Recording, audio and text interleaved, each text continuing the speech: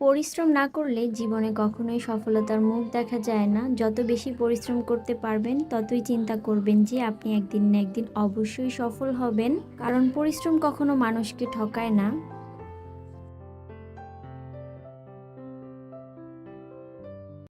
আসসালামু আলাইকুম, রেহনাস ফ্যামিলি চ্যানেলে আপনাদের সবাইকে আরও একবার স্বাগত জানাচ্ছি।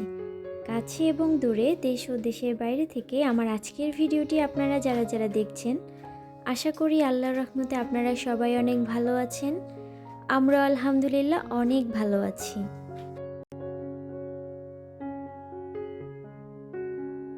আমাদের এই বর্তমান সময়টাতে অনলাইনের যুগ হওয়াতে পত্রিকা পড়াটা একদম হারিয়ে গিয়েছে। তবে আমাদের বাসায় কখনোই পত্রিকা আসা মিস হয় না। আমার শ্বশুর শাশুড়ি, মোটামুটি আমার ননদ, বাসার সবাই টুকটাক একটু পেপার পড়েই থাকে। পত্রিকা পড়ার অভ্যাস যাদের আছে তারা যদি পত্রিকাটা না পড়তে পারে, দেখবেন কেমন যেন লাগে। আসলে দিনের শুরুটাই হয় কিন্তু এক কাপ চা আর পত্রিকার সাথে। এখানে আমি সকালের নাস্তা বানিয়ে নিচ্ছিলাম। আজকে সকালে বাসায় খিচুড়ি রান্না হবে, তো এজন্য এখানে আমি চালটাকে প্রথমে ভালো করে ভেজে নিয়েছিলাম। অন্য পাশের চুলাতে আমি পানি ফুটিয়ে নিয়েছি, কারণ পানিটা যদি ফুটিয়ে দেওয়া হয় তাহলে দেখা যায় যে চালটা একদমই ঝরঝরে হয়, সেজন্যই ফুটিয়ে নিয়েছি।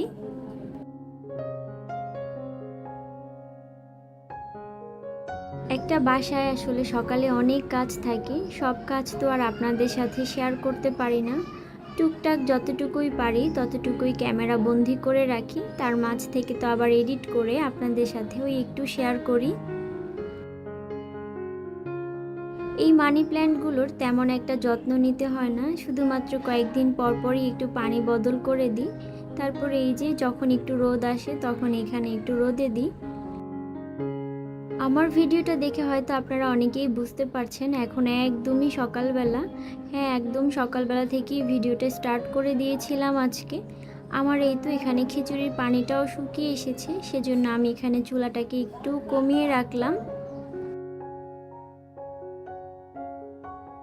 কিছুক্ষণ দমে রাখার পর তারপরে এই তো আমি খাবারটা এখানে রেখে দিব। আমাদের বাসায় আসলে বিছানার উপরে বসেই খাওয়া হয়। এই জায়গাটাতে আগে একটা ডাইনিং টেবিল ছিল, সেটা অবশ্য আমার শ্বশুর এখান থেকে সরিয়ে ফেলেছে। উনি বলে যে উনি বিছানার উপরেই খেতে পছন্দ করেন, তো এর জন্যই আসলে টেবিলটা এখান থেকে সরিয়ে নেওয়া হয়েছে। আর এখন থেকে আমরা এভাবেই খাবার রাখি, যার যখন ক্ষুধা লাগে সে তখন খেয়ে নেয়। গতকাল মুরগি রান্না করেছিলাম, তো সেখানে মুরগির মাংসটা রয়ে গিয়েছিল, সেটাকে আজকে সকালের জন্য গরম করে নিয়েছি। আর এখন এই তো আমি আমার সকালের নাস্তাটা করে নিচ্ছিলাম। আমি নাস্তাটা করে নিতে নিতে আমার মেয়েটাও ঘুম থেকে উঠে গিয়েছে। তাকে শুরুতে একটা বিস্কিট খেতে দিয়েছিলাম, কারণ একদম তো ঘুম থেকে উঠে ভাত খিচুড়ি এগুলো আসলে খাওয়া যায় না, কারণ ওরও তো একটা অরুচির ব্যাপার আছে। সেজন্য আগে একটা বিস্কিট খেতে দিয়েছি।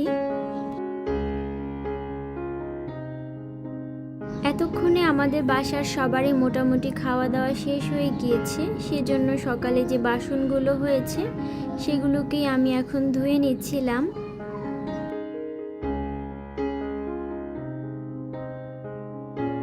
আমাদের এই বর্তমান সময়টাতে মানুষ মানুষের সাথে খুব সহজেই বেইমানি করে ফেলে, আবার খুব সহজেই ধোঁকা দিয়ে দেয়। কিন্তু আপনি যদি একটা কাজের জন্য খুব পরিশ্রম করেন, দেখবেন ওই পরিশ্রমটা কিন্তু কখনোই আপনার সাথে বেইমানি করবে না। আপনি হয়তো এখন না পারছেন, চেষ্টা করতে করতে দেখবেন একটা সময় পর আপনি ঠিকই সফল হয়ে গিয়েছেন।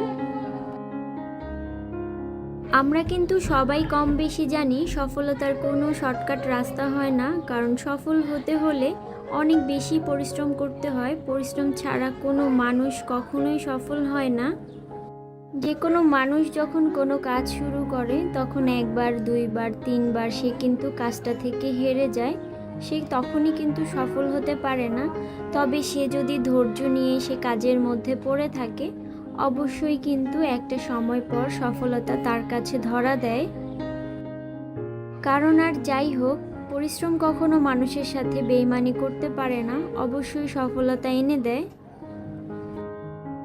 বাসার ফ্রিজটা কয়েকদিন যাবৎ অনেক বেশি নোংরা হয়েছিল, সেজন্য আজকে ফ্রিজটাকেও পরিষ্কার করে নেওয়া হয়েছে। ওইটা আমার শাশুড়ি মা পরিষ্কার করছিলেন, আর এদিকে হচ্ছে আমি বাসার যে অন্যান্য কাজগুলো আছে সেগুলোই করে নিচ্ছিলাম। অনেকেই হেল্পিং হ্যান্ড ছাড়া কাজ করাটা অনেক বেশি কঠিন মনে হয়। আমাদের বাসায় আসলে আমরা যেহেতু 2 থেকে 3 জন আছি, আমরা কিন্তু হাতে হাতে আমাদের সংসারের কাজগুলো করে ফেলি, সেজন্য আমাদের আসলে তেমন একটা ঝামেলা মনে হয় না।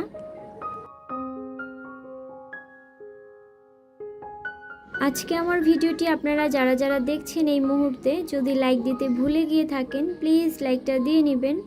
আর যারা যারা আজকে আমার চ্যানেলে নতুন ভিজিট করছেন, আমার কাজের কোনো অংশ বা আমার ভিডিওর কোনো অংশ যদি আপনাদের কাছে ভালো লেগে যায়, চাইলে আমার চ্যানেলটাকে সাবস্ক্রাইব করে আমার পাশে থেকে যেতে পারেন। এখানে সিম, আলু, ফুলকপি আমার শাশুড়ি মা কেটে দিয়েছে, ওগুলোকেও ধুয়ে রেখে দিয়েছি। আর এখন এই যে ঢ্যাঁড়সগুলো ধুয়ে নিয়েছি, এগুলোকে কেটে নিব। দাঁড়িয়ে আসলে কাটাকাটি করার সেরকম অভ্যাস নেই, তবে এখন ওই যে ভিডিওতে একটু সুন্দর লাগবে সেজন্যই আর কি এই অংশটুকু রাখি। না হলে আমার কাছে মনে হয় কি বসে কাটাকাটি করাটাই আমার জন্য ভালো, যেহেতু আমি এভাবে করতে পারি না। এই যে আমি এখানে দাঁড়িয়ে কাজ করছি, ওদিকে হুমায়রা প্রচণ্ড ডিস্টার্ব করছে। আসলে ওকে ছাড়া রান্নাঘরে কোনো কাজই করা সম্ভব না, মানে একটা কাজ যে ওকে ছাড়া করব এটা আসলে এখন চিন্তাও করা যায় না। কাজ করব সাথে ওকেও রাখতে হবে, না হলে আর কি ধরেন কান্নাকাটি করবে, আর এমন কান্নাকাটি শুরু করবে তখন আর রান্না করার কোনো উপায়ই থাকবে না। তো এত কিছুর ভয়ে আর কি সবসময় ওকে সাথে নিয়েই রান্না করি। এখানে আমি দুপুরে রান্না বান্নার জন্য আয়োজন করছিলাম। আজকে হচ্ছে চিংড়ি মাছ দিয়ে ঢ্যাঁড়স রান্না করব, সেজন্য ঢ্যাঁড়সগুলো কেটে নিয়েছি। আর চিংড়ি মাছটার যে উপরের অংশটা আছে সেখানে কিন্তু একটা অনেক মোটা রগ দেখতে পাওয়া যায়, তো সেটা আমার শাশুড়ি মা পরিষ্কার করে দিয়েছে। আর এখানে এই তো আমি রান্না বসিয়ে দিয়েছি। আমি কিন্তু বেশ কয়েকদিন ধরেই অসুস্থ, প্রায় 1 সপ্তাহের উপরে হবে। তো এর আগে আমার যে চ্যানেলটা ছিল সেখানে প্রায় 1 সপ্তাহের উপরে হয়েছে যে আমি কোনো ভিডিওই শেয়ার করিনি। আর এখন তো এই তো আলহামদুলিল্লাহ নতুন একটা চ্যানেল ক্রিয়েট করেছি, এখানেই কাজ করব। আমার ভয়েসটা হয়তো একটু অন্যরকম শোনা যায়, কারণ আসলে আমি অনেক বেশি অসুস্থ। তার মাঝেও এই যে একটু আপনাদের সাথে ভিডিও শেয়ার করছি, কারণ আমি যে সমস্ত ভালোবাসার মানুষদেরকে পেয়েছি তারা তো হয়তো আমার একটু ভিডিওর জন্য অপেক্ষা করছে, সেজন্যই আসলে ভিডিওটি করা। একটা চুলাতে আমি সিম, আলু নিরামিষ রান্না করে নিচ্ছিলাম, আর এই পাশটাতে এই যে আমি এখানে চিংড়ি মাছ দিয়ে ঢ্যাঁড়স রান্না করে নিয়েছি। সিম আলুর নিরামিষটা কিন্তু হয়ে গিয়েছে, এখন এই তো এগুলোকে আমি বাটিতে তুলে নিচ্ছি। রান্নার কাছ থেকে আমি একটু দূরে সরে গিয়েছিলাম, আর তখনই এই তো পাতিলের একটা পাশ লেগে গেল। আসলে যতক্ষণ রান্নার সামনে দাঁড়িয়ে থাকি ততক্ষণ কোনো ঝামেলা হয় না, যেই একটু রুমে যাব অমনি দেখব যে কিছু না কিছু ঝামেলা হয়েছে।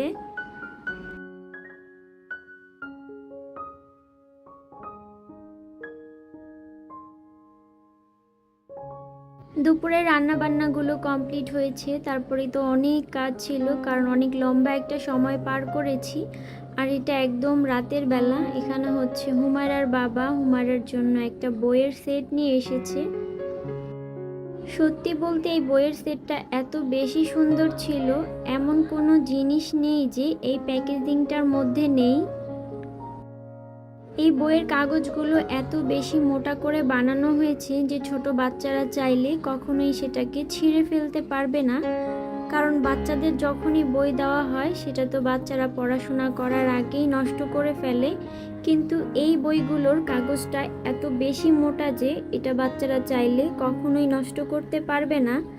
আমার কাছে মনে হয় 2 থেকে 4 বছরের বাচ্চাদের জন্য এই বইগুলোই একদম পারফেক্ট।